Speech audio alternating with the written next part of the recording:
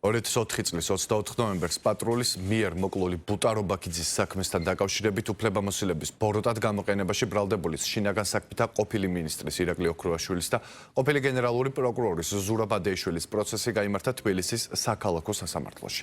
პროცესზე დასწრებაზე ირაკლი ოქრუაშვილმა უარი განაცხადა. რა ითქვა პროცესზე, რატომ თქვა უარი ბრალდების მხარემ დარჩენილი მტკიცებულებების გამოკვლევაზე ბელა ზაქაიძე გვეტყვის, რომელიც პროცესს ესწრებოდა. ბელა, გისმენთ.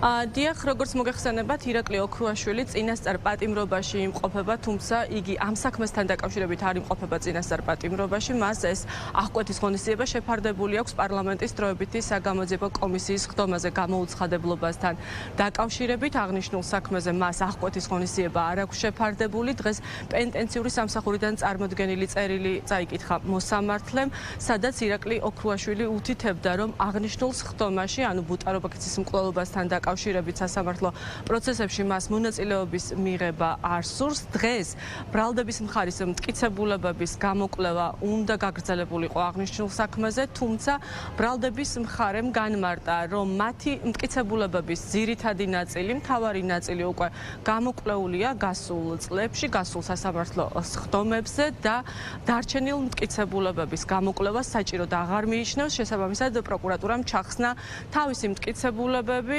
ავტომატურად პროცესი გადავიდა დაცვის მხარის მტკიცებულებათა გამოკვლევის ეტაპზე, თუმცა დაცვის მხარისთვის პროკურატურის ეს გადაწყვეტილება მოულოდნელი აღმოჩნდა და მზად არ იყო დღეს დაეწყო მტკიცებულებების გამოკვლევა, მათ არ ყავდათ წარმოდგენილი მოწმეები, შესაბამისად პროცესი 30 ივნისისთვის გადაიდო. რაც შეეხება საქმის გარემოებებს, მე შეგახსენებთ, რომ ირაკლი ოქრუაშვილი შინაგან საქმეთა ყოფილი მინისტრი არის ბრალდებული ბუტარობაქიძის მკვლელობასთან დაკავშირებით უფლებამოსილების ბოროტად გამოყენებაში. დღევანდელ პროცესს ესწრებოდა ბუტარობაქიძის მამა სოსო რობაქიძე, რომელიც ირაკლი ოქრუაშვილს დანაშაულის ორგანიზატორად 2004 წლიდან ბუტარობაქიძის მკვლელობიდანვე ასახელებდა. როგორც სოსო რობაქიძემ განაცხადა, სანამ ირაკლი ოქრუაშვილი და ყოფილი გენერალური პროკურორი ზურაბ ადეიშვილიც არ დაისჯებიან, ჩათვლის, რომ ამ საქმეზე მისი შვილის მკვლელობის საქმესთან დაკავშირებით არ არის დადგენილი სამართალი. რაც შეეხება საქმის გარემოებებს, როგორც ცნობილია, ბუტარობაქიძე 2004 წლის 24 ნოემბერს დიდუბის ეკლესიის მიმდებარედ პანთეონთან პატრულის თანამშრომელმა გრიგოლ ბაშალეიშვილმა მოკლა.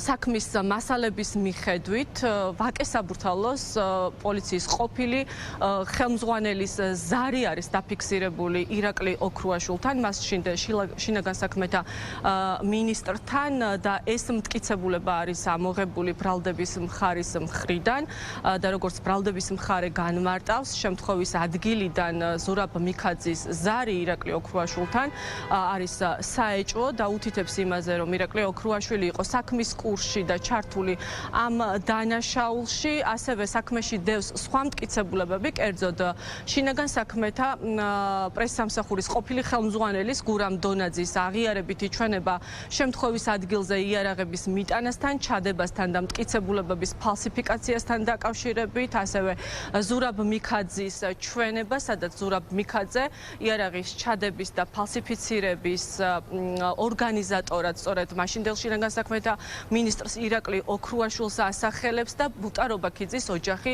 ითხოვს სწორედ ირაკლი ოქრუაშვილის დასჯას. წელი აღნიშნულ საქმეზე მიმდინარეობს ბრალდების მტკიცებულებათა განხილვა, დღესაც გრძელდება ეს ეტაპი. ამის შემდეგ დაიწყება უკვე დაცვის მხარის მიერ წარდგენილი მოწმეების გამოკითხვა. ჩვენც ყავს ეს მოწმეები წარდგენილი. თავად ბატონი ირაკლი ოქრუაშვილი აღნიშნულ ხდომას არ დაესწრება. მას არ მიაჩნია, რომ ამ ხდომაზე დასწრებით შეძლებს რაიმე შეცვლას. რა თქმა უნდა, ის უარყოფს აღნიშნული ქმედების ჩადენას. ის აცხადებს, რომ არაფრის საქმის კურსში უკანონობაში არ ყოფილა.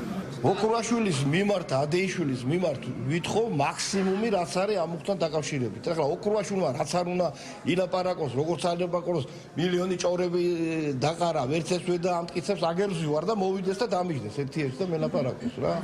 ოქრუაშვილს ვებძვი მე 2004 წლიდანვე, მეორე დღიდანვე, ისე როგორც ადეიშვილს. ნუ ახლა ადეიშვილი წასულია და არ ჩამოყავდა არასდროს ეს უკრაინა, მაგრამ ყოველ შემთხვევაში როცა ჩამოყავდა ხუდაადიმე ხერბურკილებს.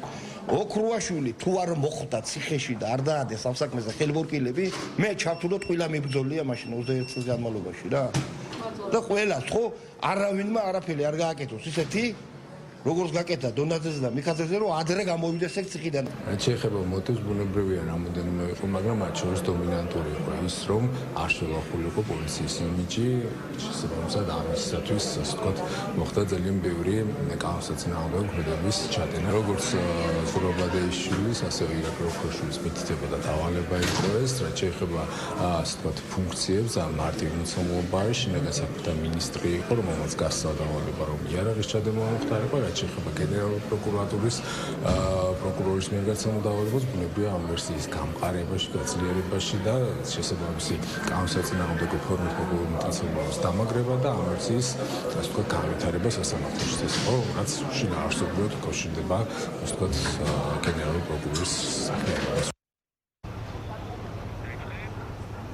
19 წლის ბუტა რობაქიძე მეგობრებთან ერთად გადაადგილდებოდა წერეთელზე, რა დროსაც პატრულის თანამშრომლებმა გააჩერეს და პატრულის გასროლის შედეგად გარდაიცვალა ბუტა რობაქიძე.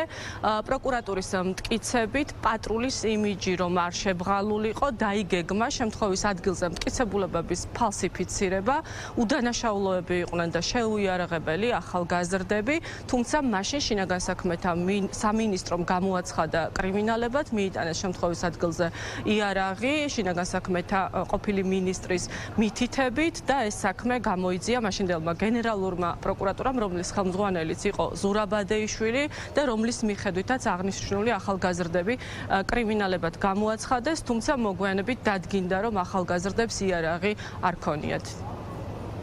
მადლობა, პირდაპირ ეთერში ბელა ზაქაიძე საუბრობდა.